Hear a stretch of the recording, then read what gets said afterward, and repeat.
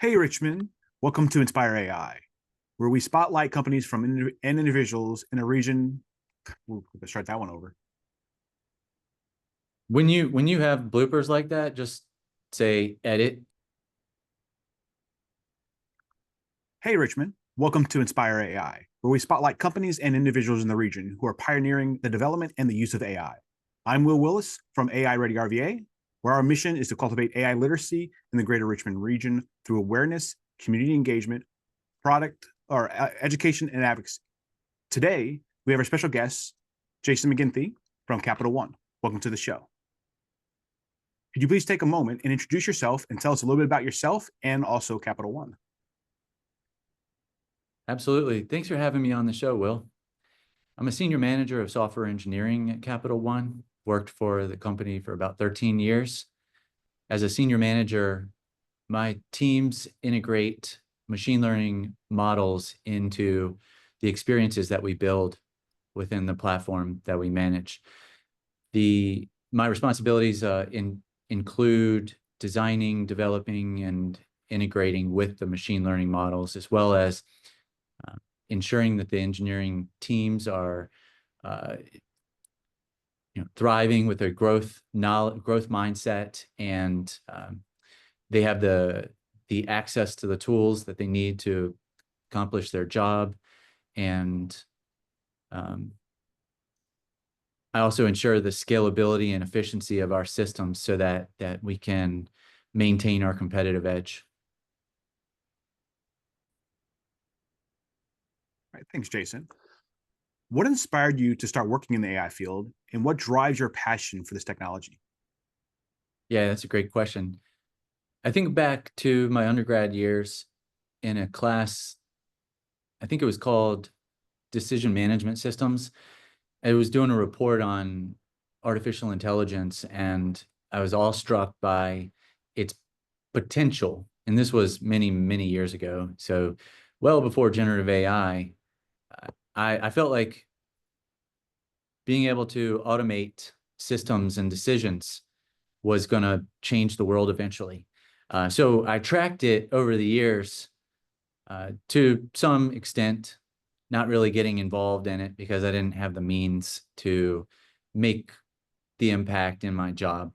Over the years, though, I did transition through roles that got me closer and closer to artificial intelligence to where I am today.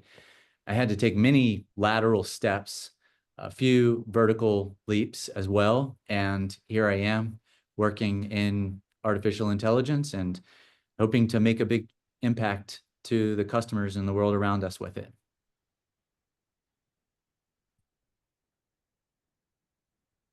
All right. So tell me, what type of AI technologies or solutions do you enjoy working with, and what problems are they designed to solve? Right. Well, in most recently, I've been working with natural language processing. The problems that I enjoy learning about and solving are really in the form of conversational AI, business related problems. So it's got to have a purpose when I think about it. Like, the problem that we're trying to solve is giving customers access to information in an automated way so that we're not spending as much on resources, human resources. That's essentially what the problem is that natural language helps pretty much all industries. What's interesting about it to me is the capabilities of speech to text and text to speech, sentiment analysis, and other forms of the language where you're generating text, being able to leverage content that formerly was more challenging to deterministically feed a chatbot, and now it's very streamlined. If you're not familiar with what I'm referring to actually like retrieval augmentation generation. So we hope that by leveraging these automated systems, at some point we'll be able to feed the network. That's where I'm losing my train of thought. and I'm rambling a little bit. So let me see. Let me just wrap it up here. Okay. I don't really know where I left off, but I'll go with. And finally, I think that document summarization has a lot of uh, runway for customer-facing solutions, and I'd like to actually see that develop in companies more.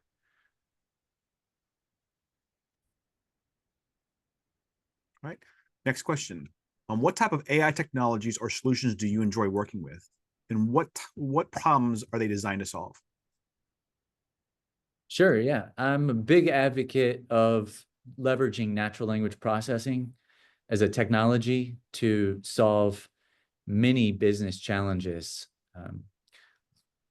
Interpreting customers' needs, evaluating the health of systems through documentation, and leveraging the sentiment to make real-time decisions. I think those are really interesting problems to solve, and I like studying the frameworks around sentiment analysis, text to speech, speech to text, and especially machine translation, because I think the world could be a much more unified space if everybody could communicate well across various channels. And I think machine translation is going to change that for everyone.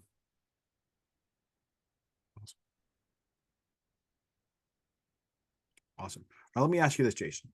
How do you see the importance of data privacy in AI implementation? Yeah, that's an important question for sure. My instinct is to start with building trust with your customers, and that is cornerstone to data management. You must build an environment that customers' data is safe and secure within their control. They should be able to opt in, out of policies, and understand those things in clear language so that they know what they're getting into when you're offering them solutions. I also think that companies should take a step further in building a well-managed data ecosystem that ensures these things are governed properly and the data is easily accessible and usable by all parties.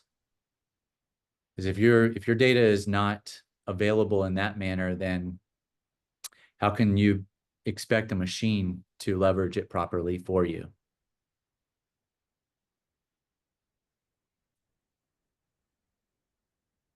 All right. So let's talk about what are some of the biggest technical challenges teams may encounter while developing AI solutions, and how would you recommend them addressing them? All right, that's a good one. So you want your solutions to have high availability, scalability. You want to choose the right algorithm to address the problem you're solving.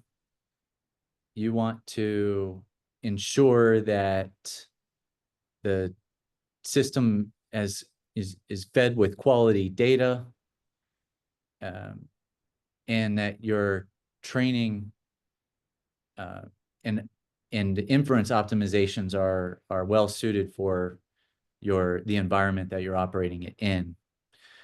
So I think some of those challenges can be overcome by hiring the experts that can do it for you. You have your researchers, your data scientists, your engineers. You also should consider really simple solutions. Anything in the cloud typically scales well if you build it properly. Selecting the right algorithm, I think, is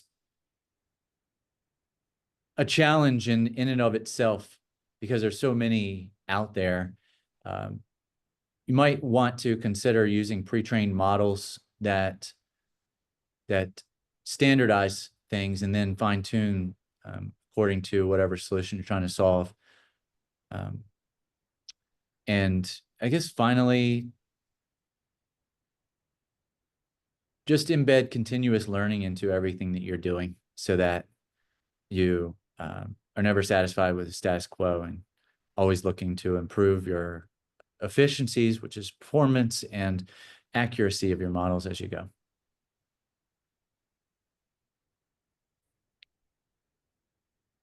That's a great segue into my next question. What comes to mind when evaluating performances of a model? Yes, top of mind, accuracy, precision, recall, all of those have various benefits when evaluating models. I would say they all serve a purpose, and depending on what problem you're solving, you might want to weight one more than the other. Typically, more than one is a good idea to pay attention to in the first place.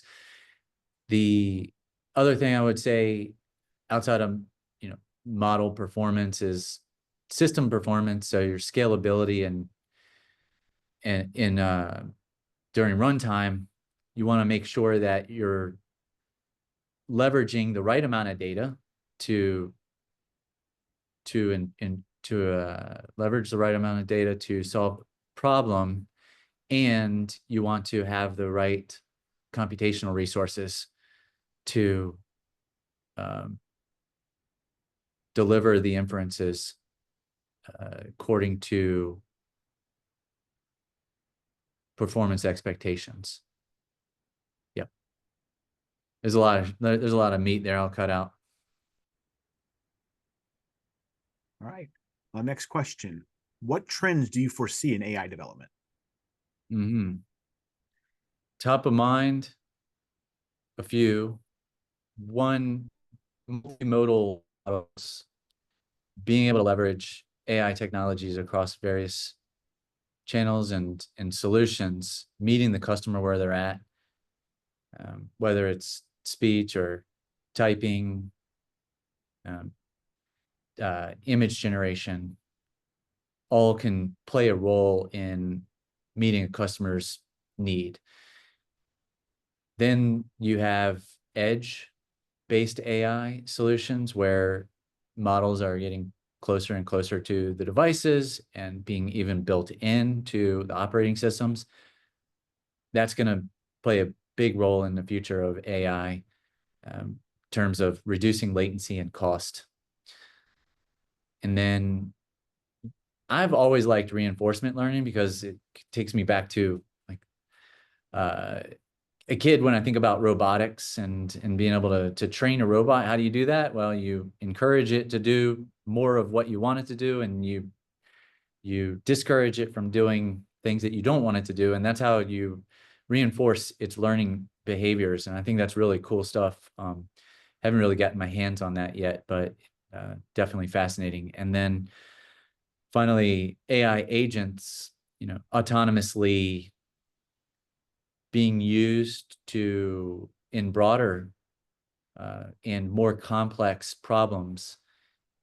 I think that being able to leverage agents to think or reason and make decisions on behalf of customers, and just allowing them to validate that the customer wants the agent to execute it on their behalf. That I think we're going to see a lot of in the coming years.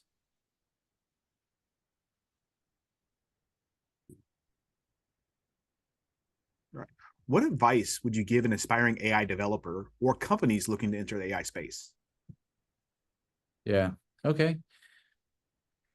I think that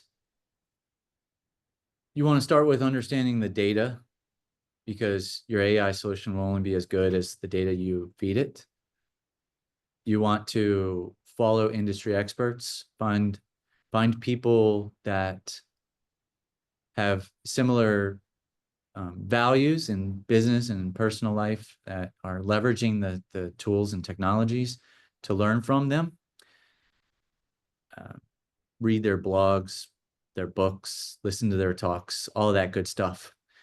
You want to stay up to date with communities that are locally available to you, like AI Ready RVA, right? I mean, that's how I'm building my outside of Capital One network today. And finally, definitely understand the ethical implications. You want to ensure that you recognize the bias in your systems, any privacy concerns, and know that these things aren't always transparent, and to really understand how your systems are behaving and evolving as you go. All right, one last question before we end.